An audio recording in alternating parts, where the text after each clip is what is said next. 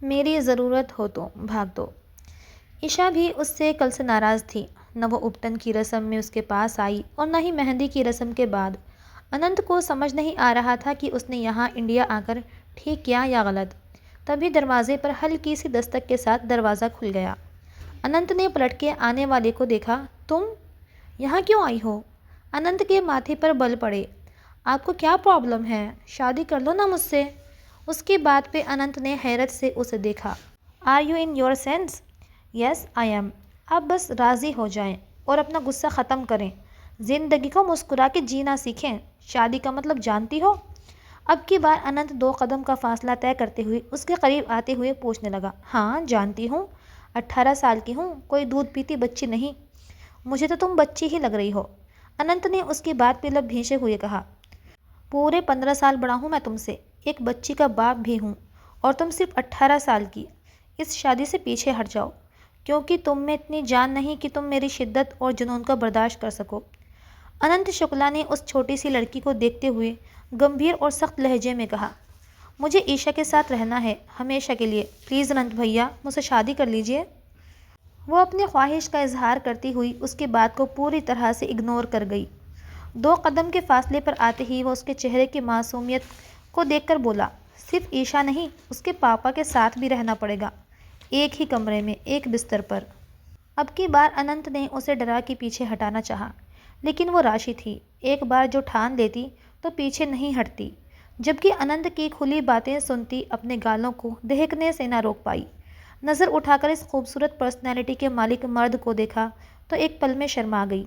तुम्हारे पास सिर्फ 2 मिनट का वक्त है, सोच लो। अनंत कहते ही मुड़ा। मुझे मंजूर है। अगले पल उसकी बात पर उन्हीं कदमों पर वापस पलटा और हैरत से उस लड़की को देखा जो आग से खेलना चाहती थी। अनंत को लगा वो उसे डरा धमका के चुप करवा देगा, कि वो इस शादी से इनकार कर देगी। पर वो भी अपने नाम की एक थी, अपनी बात से 1 इंच भी पीछे नहीं हट रही थी। उसे फ़र्क ही नहीं पड़ रहा था कि अनंत उससे बड़ा है, एक बच्चे का बाप भी है। न जाने उसके दिमाग में क्या चल रहा था। अनंत काफ़ी उलझ गया था, लेकिन माँ बाप के सामने उस लड़की से शादी करने के लिए मान गया। एक ही मंडप में अनंत और टीना दोनों बहन भाइयों के फेरे हुए।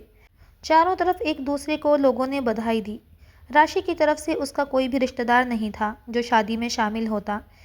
ईशा राशि की गोद में चढ़कर बैठी थी। मेरी राशि मम्मी। वो उसके गाल को चूमते हुए उसकी बाहों में बाहें डाल गई। उनकी मोहब्बत देखते हुए सभी ने उनको दुआएं दी थी।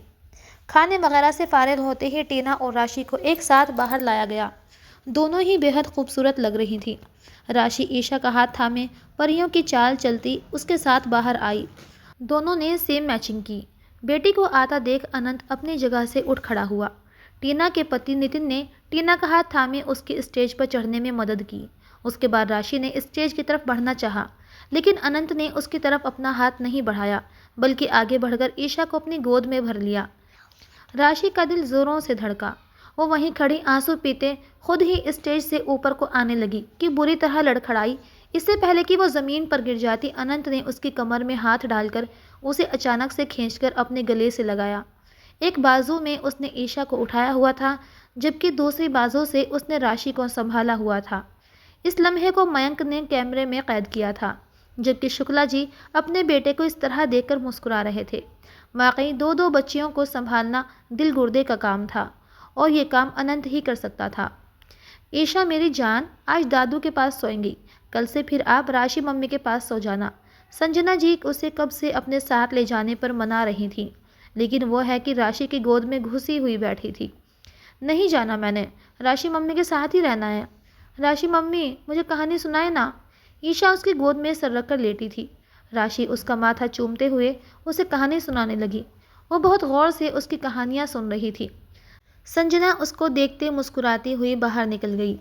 ईशा कहानी सुनते सुनते सो गई, जबकि राशि आज सारे दिन की थकन की वजह से बैड क्राउन के साथ टेक लगाती खुद भी आंखें मूंद गई, और कब नींद की वादियों में खो गई उसे पता ही ना चला।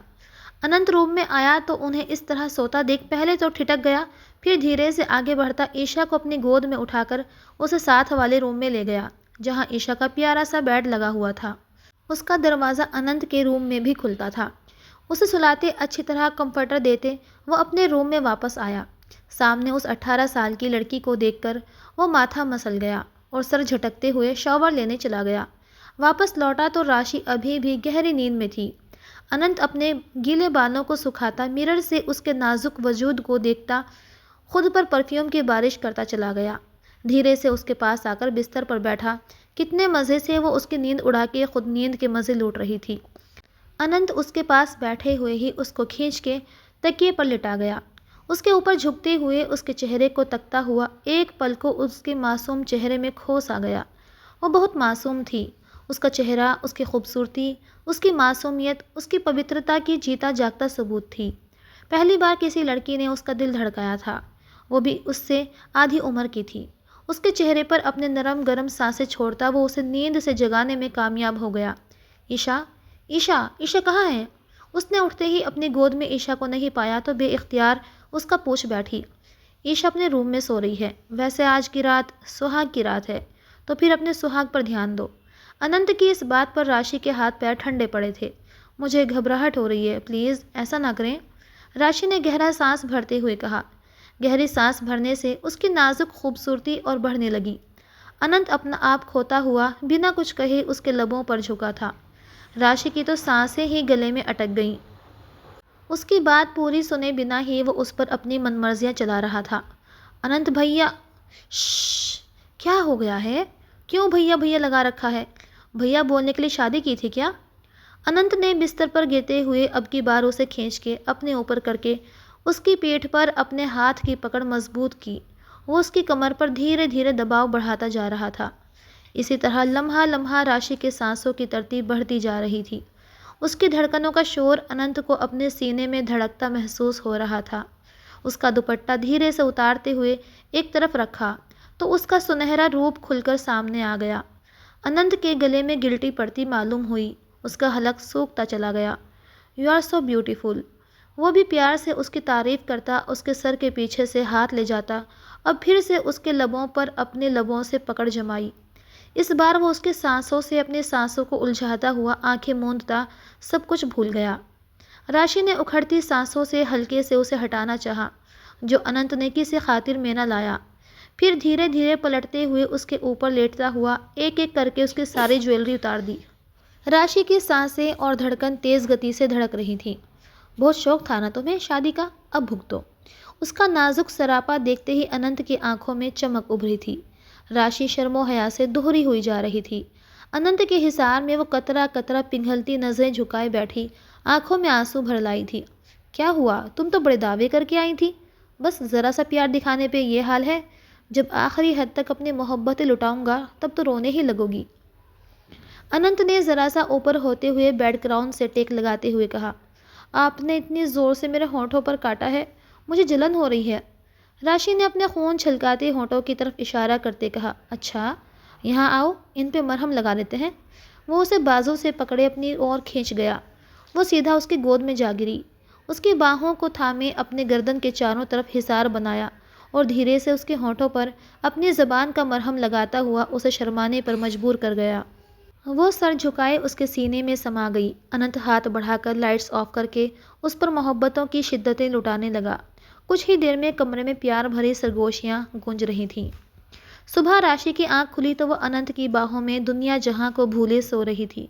अनंत ने उसके चारों तरफ अपनी बाहों का मजबूत हिसार बंधा हुआ था।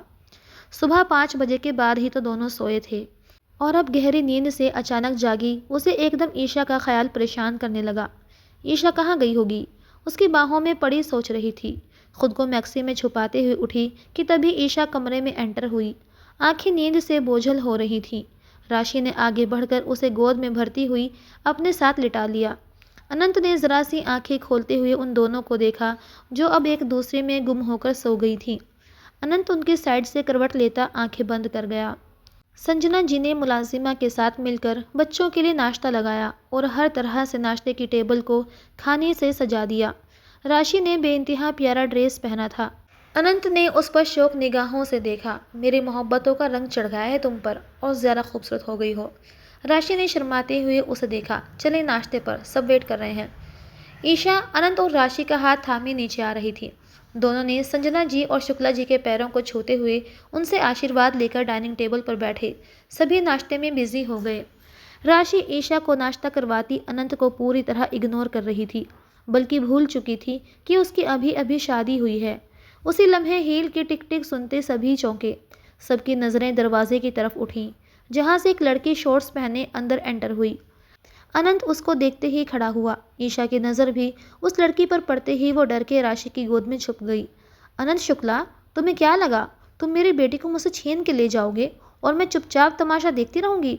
तुम्हें अंदर किसने आने दिया? गार्ड्स! अनंत ऊंची आवाज़ में ललकारा। 1 मिनट, चिल्लाने की ज़रूरत नहीं। मैं वकील और पुलिस साथ लेकर आई हूँ। उसी समय एक लेडी वकील ने आगे बढ़कर अदालत की तरफ से नोटिस अनंत की तरफ बढ़ाया। इन पेपर्स के मुताबिक आपको ईशा अग्रवाल को मिस लोना के हवाले करना होगा। यकीनन आप कॉपरेट करेंगे। उस लेडी वकील ने अनंत की तरफ देखते हुए कहा। ईशा अग्रवाल? राशि ने मन में दोहराया। ऐसा मुमकिन नहीं, ये इस बच्ची को नहीं ले जा सकती। इसकी कस्टडी मेरे पास है।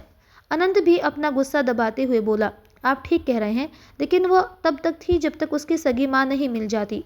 अब जबकि उसकी सगी माँ मौजूद है तो आपको उनकी बेटी उनके हवाले करना होगी।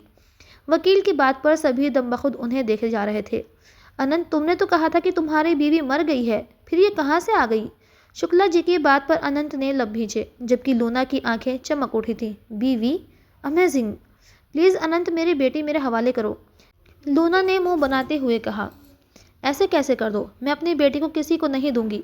राशि ईशा को अपने पीछे छुपाते हुए बोली, जबकि अनंत खुद पर जब्त करता ईशा को उससे लेने लगा। राशि, कंट्रोल योरसेल्फ। ईशा को अभी जाना होगा। अनंत की बात पर राशि की आंखें भीग गईं। वो ना में सर हिलाने लगी। ईशा को गोद में उठाते अनंत ने उसे प्यार किया। वो भी आंसू बहा रही थी। मेरा बच्चा बहादुर है ना? पापा की बात मानोगे ना? पापा बहुत जल्द अपने बच्चे को वापस ले आएंगे। वो उसे धीरे से कान में सरगोशी करते हुए कुछ कह रहा था। मुझे राशि मम्मी के साथ रहना है, वो भी जवाबन अपनी ख्वाहिश का इजहार कर गई। आपकी राशि मम्मी यहीं है मेरी जान, चलो पापा को सबको बाय बोलो। वो अपने 3 साल बेटी को कितने आराम से हैंडल कर रहा था और वो उसकी बात सुन भी रही थी। ईशा सबसे मिलते हुए आखिर में राशि से मिली थी तो उसने ईशा को उठाते अपने सीने से भींच लिया। वो पूरी तरह रो रही थी। लोना ने आगे बढ़कर राशि की गोद से ईशा को छीन लिया। वो तड़पती हुई उसके पीछे लपकी, लेकिन अनंत ने उसे खींचकर वापस अपने साथ लगाया। मेरी बच्ची वो लेकर जा रही है, आप रोकते क्यों नहीं? वो बिलक बिलक के रो रही थी। अनंत खुद पर किस तरह जब्त किए हुए था ये सिर्फ वही जानता था। वो ईशा को ले जा चुकी थी। अब सब अनंत को देख रहे थे। ये सब क्या था अनंत? वो जो ईशा को लेकर गई वो कौन थी? संजना जी को ये सब कुछ बहुत चुभ रहा था। मम्मी, वो ईशा की सगी माँ थी। राशि को सीने से लगाए वो धीरे से बोला। व्हाट? संजना जी तो सर थाम गई। राशि ने बेयकीनी से उसे देखा। आप झूठ बोल रहे हैं, आपने कहा था वो मर गई है। राशि तड़क के बोली, झूठ कहा था? उसके बाद पर उसका जी चाहा वो दहाड़े मार मार के रोए। मतलब वो तुम्हारी बीवी है? वो जिंदा है, ईशा की माँ? जब ऐसी बात थी तो तुमने राशि से शादी क्यों की? शुक्ला साहब बोले, आपने मजबूर किया था। मैं तो आखिर तक इनकार ही करता रहा। कब कहा मैंने कि मेरी राशि से शादी करवाओ? अगर ये बात बता देते कि तुम्हारी बीवी जिंदा है तो मैं कभी भी राशि की शादी तुमसे ना करवाता। शुक्ला साहब की बात पर अनंत ने लब भींचे। मुझे ईशा वापस चाहिए, मैं नहीं रह सकती उसके बिना। प्लीज़ उसे लेकर आएं। वो रो दी। वो अनंत से बहुत उम्मीद से कह रही थी, आ जाएगी वापस, ट्रस्ट मी। अनंत ने उसकी आंखों में झांकते हुए कहा, जबकि उस वक्त उसे लोना के अचानक हिंदुस्तान आने पर भी सख्त हैरत हो रही थी। उसे यहाँ का एड्रेस किसने दिया था और सीधा वकील के साथ यहाँ पहुँची थी। आज की कहानी का दूसरा भाग यहीं तक था। तीसरा और अंतिम भाग कल अपलोड किया जाएगा। आगे की कहानी जानने के लिए चैनल को सब्सक्राइब कीजिए और कहानी पसंद आए तो लाइक कीजिए।